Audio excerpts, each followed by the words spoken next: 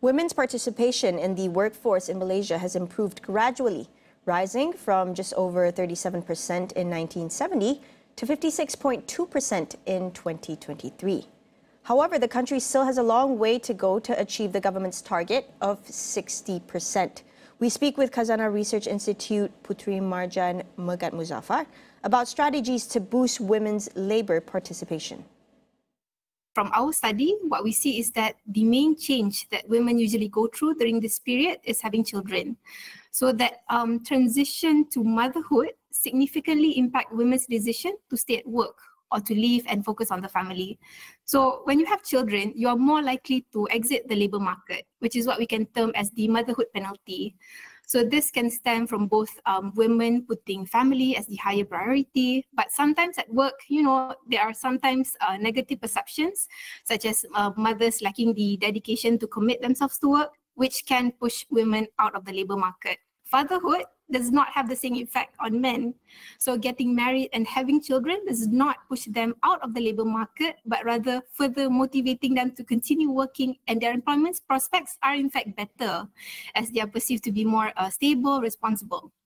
So while Malaysia has made great progress in enhancing women's participation, we do see that the country still, to a certain extent, still adhere to traditional gender roles, where we perceive men as breadwinners working to provide for the family, while women are caregivers, so raising and caring for the family unit at home. She calls for accessibility of infrastructure and childcare services to support families at home for both genders. If you want to ensure equality at the workplace, so you need to make sure that policies need to look both into creating the infrastructure to support the family unit at home and also adjusting the current working arrangements. So you need both at home and at work to allow both genders to thrive. So when we talk about home, this means enhancing current care infrastructure and ensuring that families can access childcare. So this is important, access to childcare that is affordable and of good quality. So that's on one side. On the other side, so we need more family-friendly policies at work. So this means discussing about having flexible working arrangements and providing parental leave. So another important thing that we need to ensure is that making sure that these options are not just limited to women, but available to both gender, so that it allows for better redistribution of caregiving work, right?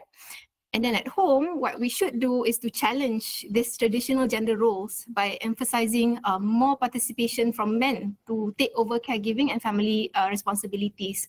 We need to have a sit down with all the parties. If the country is serious in wanting to increase women's participation to 60% in the next decade, then it needs to be a wider conversation.